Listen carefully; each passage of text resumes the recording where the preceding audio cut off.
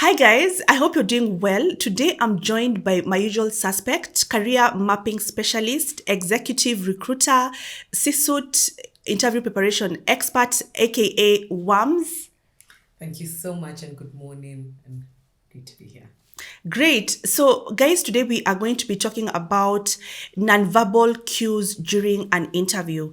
And I know most of us are familiar with this quote that says, 80% of our communication is nonverbal. So when you go for an interview, even before you utter your first words, you're already being judged by the way you look, how you're dressed, anything that, any nonverbal cues that you give, you're going to be judged by those things. So today we want to talk about what are some of the things that you need to think about as far as nonverbal cues are concerned, because it's really, really important during an interview. It's going to go a long way in ensuring that you are offered an offer. So Wamaida, what are some of the things that anyone watching needs to consider when they are thinking about nonverbal cues? So look at me, and I'm just there. I'm in an interview. Yeah. And all I'm doing is... All right. Wamaida, tell us a little bit about yourself. I already you're turned off by that, Yeah. right? Because I'm not coming in engaging, I'm not looking at you, I'm not seeming like I'm confident, I'm not owning the room. That becomes a problem. Yeah. So before you start the interview, like Joan has said, be knowing you're already being assessed from the minute you walk in. Actually, from when you were seated at the reception Yes. and when you were waiting to come in. So some of the things you need to be aware of is how have you presented yourself? So did you prepare yourself mentally before you came in? Were you ready? Were you calm? Did you get there on time? Because all those things will impact how you walk in. Right. Because you could have come in and you're frazzled, you're late, You're sweaty. You Exactly. are. So when you get in there, nothing wrong with first going to the washroom, making sure you're still okay, you're well kept, you have no makeup that's out of place, you don't have lipstick on your teeth, you're ready. Praying that you did not douse yourself in perfume. Right. Yes, because there's nothing that turns you off more than walking into having a candidate walk in and The smell. the smell is either overwhelming because it's either one of two things. It could be body odor or it could be very strong perfume or cologne. Yeah. Right? So begin with your body check. Make sure you got there early. If the journey or the transit to get into the interview location was going to take you a much longer time, how's about carrying wipes? When you get to the washroom at the venue of the interview, just freshen up quickly. Yeah. Freshen up quickly, lotion your hands, then come in when you're ready and settled. Such that when you walk into that room, their first reception of you, because it's going to be visual. Yes. The first reception of you is not an unsettled person. You walk in with confidence. Depending on the setup, you'll pick the cue from the person who's walked you into the room, whether there's, okay, now we are not shaking hands, whether we are acknowledging each other and just, acknowledging the presence of the people who are in the room and then taking your seat. Yeah, actually, let's talk a little bit about that, because it's a question I get 57 times in a day. When I get in the interview room. Yes. Am I just saying, hi? Am I shaking their hands? Where do I place my handbag? Do I sit before they tell me to sit, or I just go in and sit? That period between when I just get in and I sit down. Right. What are the acceptable things that someone needs to do? I think first, the onus is on the interview panelist to direct you. Yeah. Right? So I'm hoping there's somebody who's bringing you into the room, or at least somebody who directs you and tells you you're in room 2. Yes. Once you go in, maybe they open the door and perhaps they're part of the panel. So they show you to your seat. It is very okay for you to pull back your seat if it had not been pulled back in, right? And then place your stuff and actually acknowledge the people in the room. Okay. Right? So am I placing on the table or on the chair? No, you can't place them on the chair because you're going to sit on the chair. Right, on the table. So depending, if it's a notebook, on the table. If it's a bag, use Handbag. handbag. You can hang it on the arm of the chair. If not, then you can place it by your feet. Yeah. Right? Neatly by your feet. So that on the table, you're not distracted. On the table, you have your notebook, your pen, and perhaps hoping they've offered you a glass of water. Yeah. If they haven't and you know you have your nerves all up, please ask for a glass of water. Yeah. No handbags on the table. Yeah, please. So now that you're not scattering, we Yeah. don't have litter on the table. I'm not calling your bag litter, but anyhow, put it on the side so that you're free of distraction. Yeah. Right? And then perhaps if they were standing, because I've been in panels where they're standing. So if the panelists are standing, it's okay for you to acknowledge them. Now, post-COVID, we're not shaking hands anymore. Some places are, or your face stamping, but take the cue from what they're doing. Take the cue from what your panelists are doing, right? So shake hands if they're shaking hands. If not, and it's up to you actually, really, because now with our health issues. Otherwise, take your seat having acknowledged the presence in the room. All right. And extend your greetings. Okay. Yeah. So do I sit down before they tell me to sit down, or I wait for them to tell me to sit down?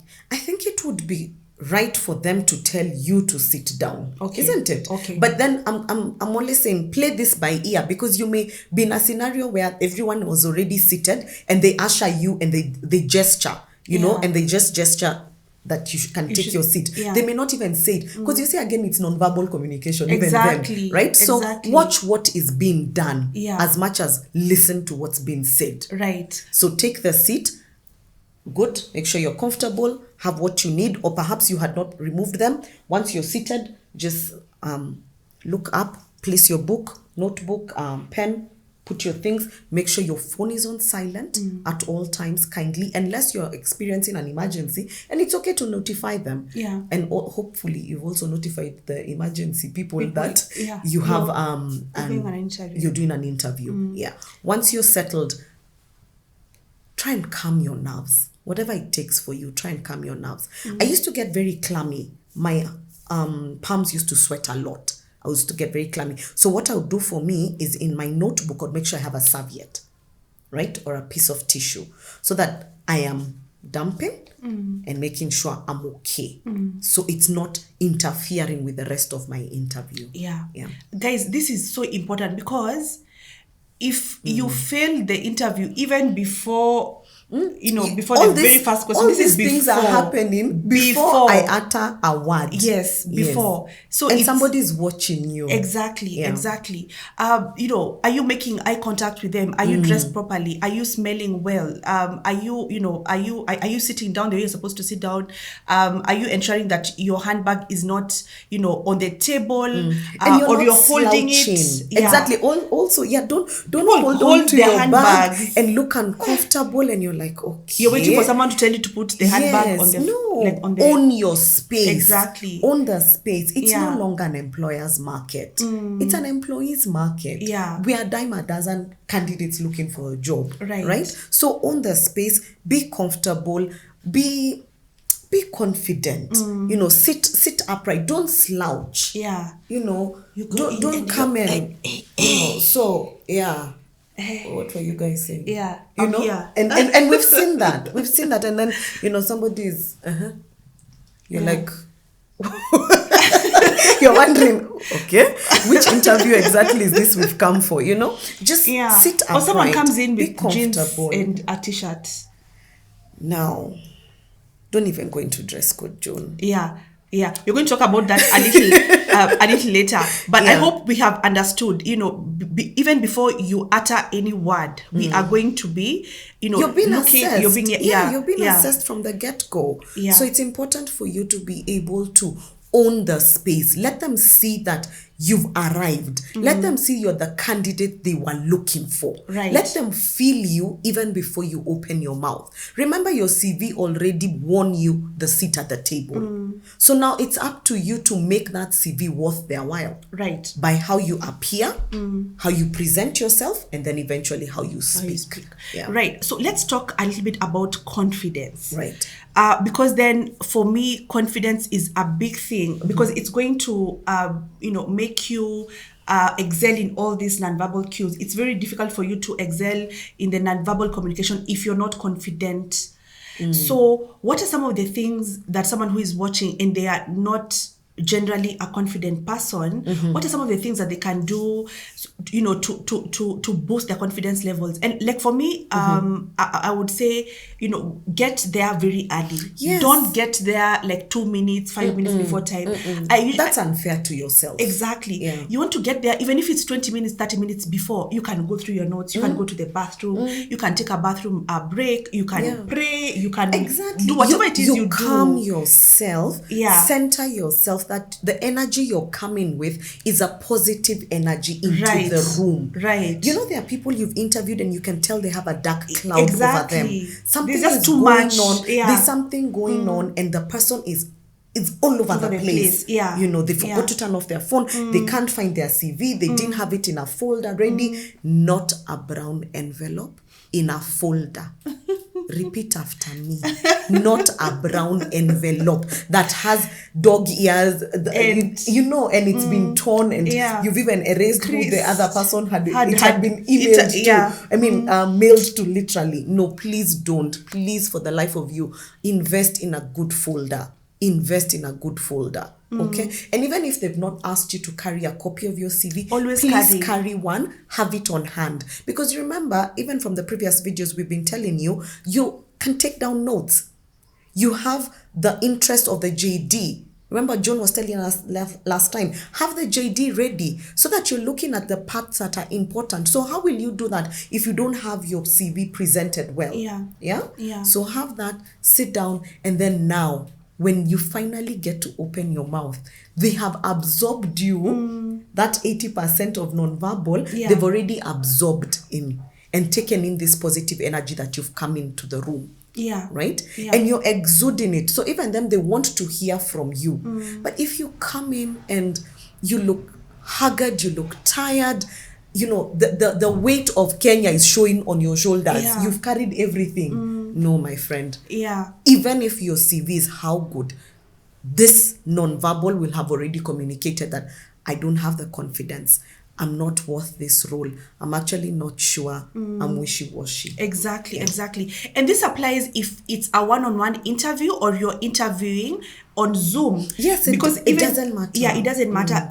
Because even on Zoom, you need to log in early, because then the internet can mess you up. KPLC can mess you up. And it always will. Yeah, so be there early. Yeah, and I also usually say that have a backup of a backup. So if you're logging in on your laptop, ensure you can log in on your phone. Yes, let your phone be on standby. Right. Let it be charged. Let your laptop be charged. Right. Or if you're using a home computer, let it be charged. Exactly. Even if you've club jiranied and gone to your neighbors and asked them, please make sure they had charged the laptop. Right. Make sure you even have tokens available. Exactly. For power. Yes. If you're using token prepaid, or if it's internet, is there a backup? Exactly. So you have Wi-Fi and you have bundles. And you have bundles just in case something goes wrong. And usually things do go wrong. Yes. So have that backup. I think that's an amazing one. Yeah, have that backup. Yeah. So ensure that whether you're going for a one-on-one interview or it's via Zoom, all this preparation, you're doing it way in 20 minutes, whether 20 it's face to face, 30 minutes before. It's going to go a long way in boosting in boosting your confidence levels. The other thing about sorry, June, the question you asked is, are you preparing yourself well even the night before? Right. Yeah. Did you do like a mock interview, perhaps with a trusted friend? If not, in front of a mirror, did you just double check how long you're taking to answer a few questions, to go through your intro, to go through your value proposition? Who am I? Why me for this interview? So make sure you're doing those things so that by the time you're coming into the interview, you're calm, you're ready for this. And that helps you boost your own confidence levels. Yeah. The interview actually starts, the night before. You have picked out an outfit, you have ironed the outfit. You're not waiting for morning. What if lights go in the morning and you've not the way ironed? they do. And the way they do. Yeah. Pick out the outfit. In Have fact, good breakfast. Yeah. In fact, dress up. I think I used to do that. Like you dress up even before, ensure. Yeah, check how you look. You know Is how it you working? look. Yeah. Send a friend. Exactly. Is this Take a working? photo. Yeah. Send And someone. also, by the time you're picking out the outfit to wear on that day, is because you know the culture of the organization Right. that you're going to interview. Right. So you have done your homework because you're checking out the culture of the organization online. Yeah. You're checking out from their website, right? You're calling a trusted friend. You're doing your background info. And you asked the person who invited you, what is the dress code? Please don't say nobody told me.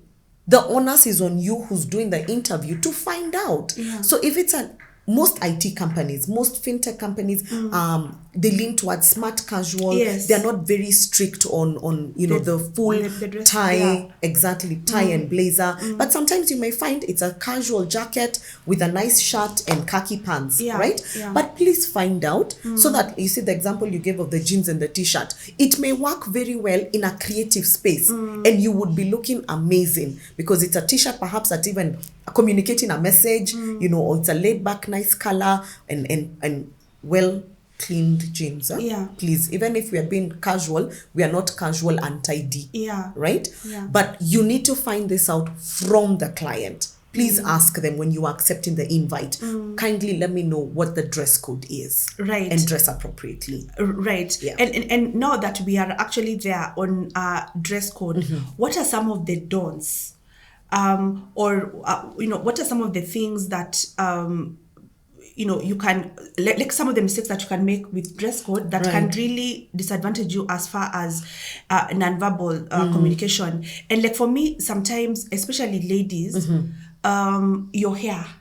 What do you find with that? Yeah. Yeah. So like now, for example, there's a very big difference if your hair, you go for an interview with big hair and very sleek hair. Like now, for example, if I wear my hair like this, vis-a-vis when it's all like behind, there's a different look, like all together. Yeah. So what are some of the things or some of the ideas that you'd give as far as dress code is concerned to just help someone's confidence and someone's chances with the nonverbal? I remember we talked about this with you. There's a session we did with Mwenesi on etiquette. Yes. Right? Yeah. And he says the rule is because then he's a brand person, right? So he says the rule is not more than 5 accessories. Right.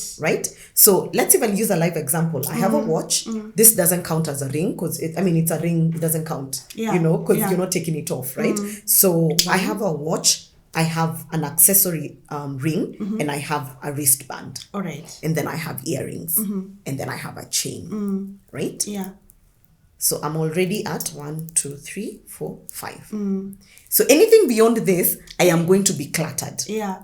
First and foremost, remember, if you have dangling, noisy earrings, if you keep moving them, you're distracting the person listening to you. Yeah. Right? Worse off if it's an online interview. Because then there's noise, there's a lot of distraction going on, and it's perhaps, and then maybe even your earphones where they were connected, now you can't hear because there's all that jingling noise going on, right? And then perhaps now worse off, there's even now the necklace that's moving, and then maybe it's a chunky one, so the interviewer doesn't know where exactly to look, and then let's come to hair. Be kempt. Yeah. But always know your audience. There are organizations now that are very pro Afrocentric looking people, people who look like us, right? They are very pro that look. And there are other organizations that still have, let me put this mildly, that still have a colonial mindset, right? So they only believe your hair looks okay if it's straight. Notice the difference from the slick you talked about, but straight. Yeah. Doesn't mean that that's what smart is. Exactly. Because you can have your super afro and it's really neat, right? But you also need to be cognizant of the audience. Yeah, I think that is you're key. going. Where are you going and where have you studied them? Exactly. Yeah. And are they, maybe Fridays is when everyone even comes with colored hair wigs. Yeah. Right? Yeah. But please, we are not yet at the organization. Exactly. So let's you want present. to risk it. Yes, don't risk it. You'd rather err on the side of being a bit conservative as versus opposed to exactly. Yeah. Actually, I usually say even when you're going for an interview, you had better be overdressed as opposed to underdressed, because you're never going to be penalized because you came with a suit. Exactly. Yeah. You know, and read the mood. You know, so is it a suit that, please let the suit at least match, eh? Yeah, you know, gentlemen. Yes. We've actually done a whole video on dress code. You probably want to watch it. Yes, it would definitely help. Yeah. So it's important to have looked at that. Please don't have noisy heels that are going off, you know, as you're coming in. You know, those heels that you can hear someone screeching on the way to the office. Please don't have those noisy heels. Just be as presentable as possible. Right? Because we are not here to assess fashion. We are here to assess your capability to answer my hiring needs. Exactly. And I don't want you to come in and already I'm just wondering. I'm cringing. There's no other shirt. Yeah, like no. You know the question we normally ask. Okay, so one, either you have no friends, no one gave you feedback, or along the way you didn't encounter a mirror. One of those two things didn't happen. Yeah. So you didn't give yourself a look over. And this could have happened if you had asked somebody. You know, take a photo and say, this is what I'm wearing to my interview tomorrow. What do you think? Based, of course, on where it is you're going. Where it is you're going has to be very key. Because we do have gentlemen who have locked hair, right? And that works so well in that space where they are. And in other organizations, it would not be a representation of that brand. Actually, I've been asked that question so many times. I have dreadlocks. I'm going for an interview. Should I cut them? I would not say cut them, because you know why you cut. You know why you grew your dreads in the first place, right? So is this your brand statement? I think it would be asking too much of us to walk into that trespass of your life and tell you cut them because you're going for an interview. Exactly. No, I don't even think that's a kosher question to ask. But where is it you're going for the interview? Because you could hold your dreads back. You could have your dreads fall to the side. You could have your dreads held in a pony. It depends on where you're going. Your audience is key and is king. Right. All this is happening even before you've spoken a word. Before. Yeah. Now back to confidence, and I think like I want us to spend a little bit more time on confidence, because it's something that ails even very experienced people. They're actually people who are generally confident people, but then something happens right before the interview. Maybe you receive a phone call and your confidence levels just go dips. Completely off. So other than ensuring that you are there on time and ensuring that you've prepared very well for this interview, you've internalized the JD, you have practiced before the interview. What are other things that you can do to boost your confidence levels during an interview? I can give you a practical I used to do, and as a woman of faith, for me, is speaking into my spirit. Because that voice of one that remains in your head can destroy you. You know how you have a teacher who used to tell you you can't, or you had a boss who told you can't, or you had a partner who told you can't do this, and now you're the one showing up for the interview to do the very thing that you had been told. That voice will rise. All the time. That voice will come up. So for me, it's always to remind myself that nothing is going to exalt itself above the thought of Christ, first and foremost. So I want to bring everything down, right? So regardless of where you're approaching your interview, your mental space from, keep speaking to yourself. I've got this. I can do this. And I was made for this. And I keep telling myself that. And there's something even my now teen daughter, I keep telling her, you're big and strong, bright and beautiful. You can do this. It doesn't matter what it is. So speak to yourself. Give yourself a little prep, because only you know the demons you're fighting on the inside. You may come to John, you may come to me. We may prep you. You have the best CV, you have the best cover letter or suitability statement. You've gotten the interview, but only you will stand in your way if you don't speak to to yourself. Exactly. Calm your nerves internally. Reach out to that part of you, the part of your spirit that resonates with why you want this job. Yeah. Right? Yeah. Remind yourself, perhaps I'm trying to get out of debt. Maybe I've not had a job for X number of years. I'm bridging a gap because perhaps I've taken a parenting gap. Perhaps I was unwell. Perhaps whatever could have happened. Or I could have been retrenched. A contract could have ended. But only you know why this job matters so much to you. Yeah. Speak into that part of yourself and reassure yourself. By the time they sent you an invite, you are worth it. So now come in knowing you can do it. Right. Yeah. Right. And I want to just give like a practical example. I know I personally really struggle with confidence during the interviews. Yes. And Back in the day. So I remember one of the things that I decided I was going to do when I was going for interviews was I tell myself, it's not life and death. Yes. I really want this job. I'm going to prepare. I'm going to talk That's to everyone. true. But, if I do well, Even that's no okay. Yeah. is an answer. Exactly. If I don't get it, it's fine. So that then when I'm going for the interview, I'm not like so desperate. Because then I think when you go in and your desperation levels are very high, your confidence goes. Goes down. What that is from that book I mentioned last time. Eli Broad's The Art of Being Unreasonable. Is do not go in emotional. Right. Do not go Leave in your emotional. emotions at the door. Yes, check them. Yeah. Because it doesn't matter how big that brand is. You've always wanted to work for June. Yeah. You've always wanted to work in her career team, right?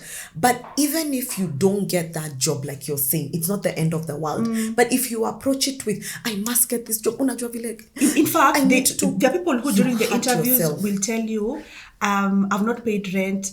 It's not part of the interview. Trust me, the interviewer does not care if you need to pay a bill. Yeah. They know you're living on this side of earth. It's Exactly. hard. Full stop. You don't need to explain a thing. Yeah. And that's not a correct conversation to have. Exactly. It cannot now shift from your skills and abilities to you need this job because there's someone is sick, I need to take my children, I've not school fees. It cannot. And we've up. received such feedback. Yeah. Like at the end of the interview, you know how somebody sends you a letter to thank you for the fact that they were in the interview? Yeah. And you called them, then they say, but I also really need this job because then they go on to give you their entire problem list. Yeah. Or prayer requests. Yeah. No. Let's not stop the place. It. Yeah. If that's you're watching not the this, place. just like stop it today. In fact, when you reach out to WAMS and maybe, you want to work in her organization, if you reach out and the first thing that you tell her, I am looking for a job because I've not paid my bills, we are done. We are finished. That conversation is over. It has no bearing on what it is we are doing. Yeah. We are looking at your skill set, we're looking at your knowledge and your abilities, and then comparing that with the need of the hiring manager and putting a match. Yeah. The rest is not for this conversation. The other day, someone reached out to me and they told me that they're having this issue and they really want a job, and I liked the email communication. So of course, the first thing I was like, let me just see, just send me your CV. I see it. They tell me, can you make for me a CV? Let me tell you, Worms. I was going next. Worms. Next. I was going I was really considering this person. Up and until. Yeah. Because it's a spirit of entitlement. It's entitlement. I felt so bad. No. It's the thing. It's so draining. Yeah. Okay, we need another one on that. Okay, so I was giving an example about our confidence levels. So I decided every time I go for an interview, desperation at the door. So at this point, I really needed a job. Yes. So I went for an interview at Chase Bar. And I went, so the first interview, the person interviewing me was like, you interview so badly. Yeah. That was live feedback. Yes. And then he was like, this is me. Oh, wow. Let me just ask you, other questions, because the way you're answering these questions. Whoa. So And I was interviewing for a customer service position, and I felt it's lower, but then I cannot miss a customer service job or admin, because One I've done a foot in the degree. door. Just one foot in the door. So then I was asking myself, if I cannot even pass a customer service job, It crushes you. Yeah. It crushes you. so that was one interview. He told me I am the worst in interviews, like completely. See her now. Yeah. See her Then now. the other one,